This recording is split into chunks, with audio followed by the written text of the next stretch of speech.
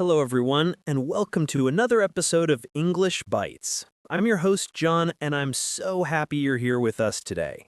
If you're listening to this podcast, you're probably someone who loves learning English, wants to improve your listening skills, or maybe you're just curious about picking up some new tips and tricks for language learning. Whatever your reason, you're in the right place. So grab a cup of coffee, sit back, and let's dive into today's topic. The joy of learning new languages. Now, before we get started, I want to give a quick shout out to all of you who've been following English Bites. If you're enjoying our episodes, please share them with a friend, leave us a review, or follow us wherever you listen to podcasts. It really helps us grow and keep bringing you fun, useful content. All right, let's get to it. Today we're talking about something close to my heart. Why learning a new language, like English, can be one of the most exciting and rewarding things you'll ever do. I'll share some reasons why it's so special, a few personal stories, and some practical tips to keep you motivated. And don't worry, I'll speak slowly and clearly so you can follow along easily. So, why is learning a new language such a joyful experience? First of all, it's like opening a door to a whole new world. Think about it. When you learn a language, you're not just learning words and grammar. You're learning about a culture, a way of thinking, and even a new way to see the world. For example, when I started learning English as a teenager, I didn't just learn how to say hello or how are you. I discovered new music, movies, and books that I wouldn't have understood otherwise. I remember watching my first English movie without subtitles, a comedy called The Princess Bride. I didn't understand every word, but I laughed so hard because I could finally follow the jokes.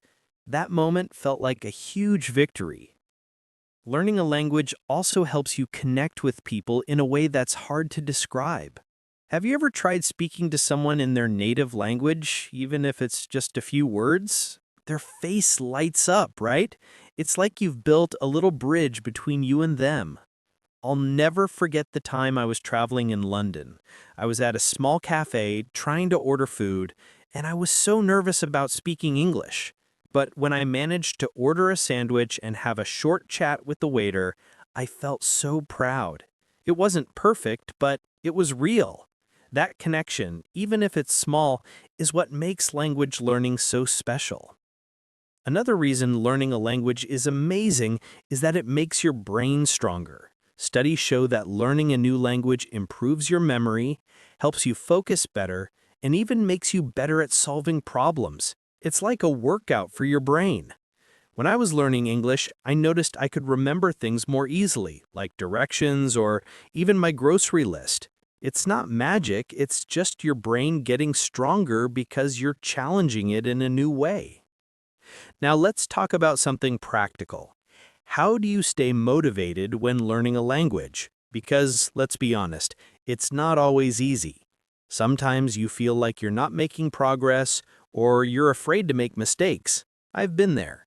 When I was learning English, I used to avoid speaking because I was scared of saying something wrong. But here's a little secret. Mistakes are your best teachers. Every time you make a mistake, you learn something new. So don't be afraid to try. If you're nervous about speaking, start small. Maybe practice saying a few sentences to yourself in the mirror. Or try chatting with a friend who's also learning English. Little by little, you'll feel more confident. Here's a story to prove my point. When I was in school, I had an English teacher who always encouraged us to speak even if we weren't perfect. One day she asked me to read a paragraph out loud in class. I was terrified. My hands were shaking and I mispronounced so many words. But after I finished, my teacher smiled and said, "John, that was brave. Keep going." That moment stuck with me. It wasn't about being perfect, it was about trying. So if you're listening and feeling shy about speaking English, just take it one step at a time. You'll get there. Another tip for staying motivated is to make learning fun. Find ways to enjoy the process. For example, listen to songs in English and try to sing along. I love singing along to old Beatles songs like Hey Jude or Let It Be. Even if I didn't understand every word at first, it was so much fun to try. You can also watch TV shows or YouTube videos in English. Pick something you love, like cooking videos, travel vlogs, or funny cat videos, whatever makes you happy. The key is to make English a part of your everyday life, so it doesn't feel like studying. Let me share one more story. A few years ago, I decided to join an online language exchange group. I was paired with a woman from Canada named Emily, who wanted to learn my native language, Portuguese. We would talk on video calls, half the time in English, half the time in Portuguese. At first, I was so nervous. My English wasn't great, and I kept forgetting words. But Emily was so patient, and we ended up becoming friends. We even shared recipes. Her maple syrup pancakes are still one of my favorite things to make. That experience showed me that language learning isn't just about studying. It's about building relationships and having fun along the way. Before I wrap up, I want to share one last tip. Set small goals. You don't have to be fluent overnight. Maybe your goal this week is to learn 5 new words or to watch a short video in English without subtitles. Celebrate those small wins. Every step forward is progress, and it all adds up. And if you ever feel stuck, remember why you started. Maybe you want to travel, get a better job, or just enjoy English movies without translation. Whatever your reason, keep it in mind. It'll push you to keep going. All right, that's my perspective on the joy of learning new languages. I hope you found some inspiration to keep practicing your English and to enjoy the journey. If you loved this episode, don't forget to follow English Bites and share it with someone who might enjoy it too. Your support means the world to us. Now, let's hear from my co-host, Sarah, in the next part. Stay Hello, tuned. everyone, and welcome back to English Bites. I'm Sarah, your co-host for the second part of today's episode. If you're just joining us, John shared some fantastic insights about why learning a new language, like English, is such a joyful and rewarding experience. I loved hearing his stories, and I hope you did too. Now it's my turn to dive into this topic and share my own perspective. As always, I'll keep things clear, natural, and easy to follow so you can practice your listening skills while enjoying the ride. Before we jump in, I want to remind you to follow English Bites wherever you listen to podcasts.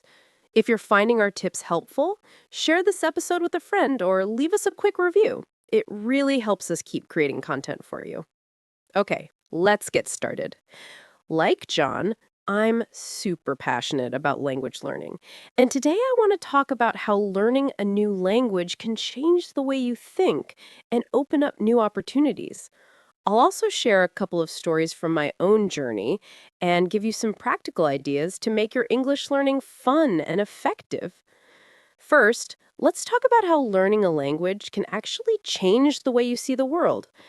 Every language has its own unique way of expressing ideas. For example, in English, we often say things like, I'm hungry or I'm tired, but in some languages, you might say something closer to, hunger is with me or tiredness is on me. Isn't that interesting? It's like each language gives you a different lens to look at life. When I started learning English, I noticed how direct and flexible the language can be. For instance, English has so many ways to say the same thing. You can say, I'm really happy, or I'm over the moon, or I'm thrilled. Learning those little differences made me appreciate how creative English can be. One of my favorite things about learning a language is how it opens doors to new opportunities. For me, learning English completely changed my career. A few years ago, I was working as a tour guide in my hometown, and most of my clients spoke my native language, Spanish, but I wanted to work with international travelers, so I started studying English seriously. It wasn't easy. I had to practice every day, watch videos, and even talk to myself in English to get better. But one day, I got the chance to lead a tour for a group of English-speaking tourists. I was so nervous, but I managed to explain everything, answer their questions, and even make them laugh with a few jokes. After the tour, one of the tourists said, "Sarah, your English is great, and you made this trip so much fun." That moment was a game changer for me. It showed me that learning English didn't just improve my language skills, it gave me confidence and opened up a whole new world of possibilities. Another thing I love about language learning is how it helps you understand yourself better. When you learn a new language, you have to think about how you communicate. For example, I used to be really shy, and I didn't like speaking in front of people. But when I started practicing English, I had to push myself to talk, even when I wasn't sure if I was saying things correctly. Over time, I got more comfortable expressing myself, not just in English, but in my native language too. It's like learning a language helped me find my voice. Now, let's get practical. How can you make learning English more fun and less stressful? One of my favorite tips is to use your hobbies to practice. For example, if you love cooking, try finding recipes in English. I remember when I first started learning, I found a recipe for chocolate chip cookies on an English website. I had to look up words like whisk and fold the batter, but it was so much fun to learn while baking something delicious. By the end, I not only had a plate of cookies, but a bunch of new words in my vocabulary. So think about what you love. Maybe it's sports, music, or even video games, and find ways to bring English into those activities. Another tip is to create a routine that feels natural. You don't need to study for hours every day. Even 10 or 15 minutes can make a big difference. For example, I used to listen to short podcasts in English while walking to work. I'd pick episodes about topics I cared about, like travel or food, so it didn't feel like studying. Over time, I started understanding more and more without even trying too hard. You can do the same. Maybe listen to English bites during your commute or while you're doing chores. Little moments like that add up. Here's a quick story to inspire you. When I was learning English, I joined an online book club where everyone read books in English and discussed them. At first, I was intimidated because I didn't know all the words and I was afraid I wouldn't be able to keep up. But I picked a simple book, a mystery novel, and I read it slowly, looking up words I didn't know. During the book club meetings, I was nervous to speak, but everyone was so kind and encouraging. By the end of the book, I was sharing my opinions and even recommending other books to the group. That experience taught me that you don't have to be perfect to join in.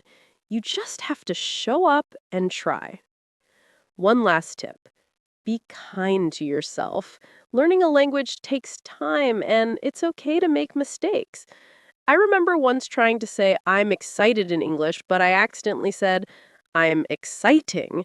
My friend laughed and said, "Well, you are exciting, Sarah." We both had a good laugh, and I learned the difference between those two words. Mistakes like that are part of the process, so don't let them stop you. Keep practicing, keep learning, and most importantly, keep enjoying the journey. That's my take on the joy of learning new languages. I hope you're feeling inspired to keep going with your English studies and to have fun along the way. If you enjoyed this episode, please follow English Bites, share it with a friend, and let us know what topics you'd like us to cover next. Thank you so much for listening, and we'll see you in the next episode.